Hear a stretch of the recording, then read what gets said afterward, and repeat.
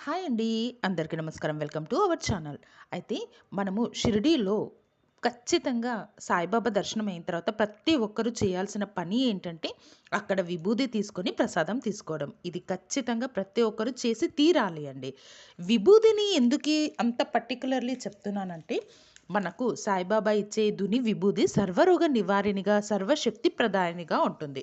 ఇది నేను చెప్తున్న మాటలు కాదండి. సాక్షాత్తు సాయిబాబా వారు ఉన్నప్పటి నుంచి అన్ని రోగాలకు ఈ విభూదినే అందరికీ ఇచ్చేవారు. అయితే ఈ విభూదిని ప్రతి ఊర్లో, ప్రతి టెంపుల్‌లో నార్మల్‌గా బాబా విభూది మనకు అవైలబిలిటీ ఉంటుంది.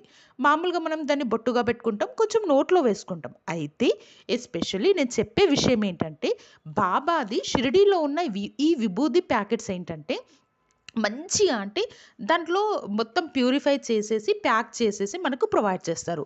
దీనిని మనము మార్నింగ్ లేవగానే 1 గ్లాస్ ఆఫ్ వాటర్‌లో ఇది కొంచెం ఒక పించ్ ఏసేసి తాగినా కూడా సర్వరోగ నివారణగా, సర్వశక్తి ప్రదాయనిగా ఎలాంటి ప్రాబ్లమ్ ఉన్నా సాల్వ్ అవ్వడానికి ఈ విభూది మనకు హెల్ప్‌ఫుల్ అవుతుందండి.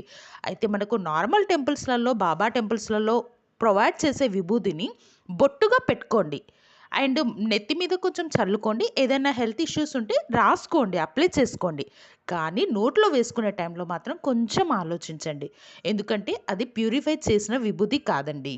ఎంత భక్తి, నమ్మకం ఉన్నా కూడా మనం దాన్ని బొట్టుగా పెట్టుకోండి. ఎక్స్‌టర్నల్‌గా యూజ్ చేయండి. కానీ షిరిడీలో దొరికే ఈ విభూది ప్యాకెట్స్‌లో ఉన్నంత ప్యూరిటీ అనేది అంటే మనము ఎంత క్వాంటిటీ నోట్లో తీసుకున్నా కూడా అది చాలా అమృతంతో సమానమే అవుతుంది అన్ని విధాల.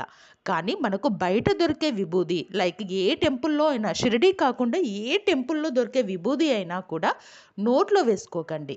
నేను చెప్తుంది కరెక్టో రాంగో నాకు తెలీదండి. కానీ నేను చాలా మటుకు అబ్జర్వ్ చేసి చెప్తున్నాను. బయట నార్మల్ సాయిబాబా టెంపుల్‌లలో దొరికే విభూదిని నోట్లో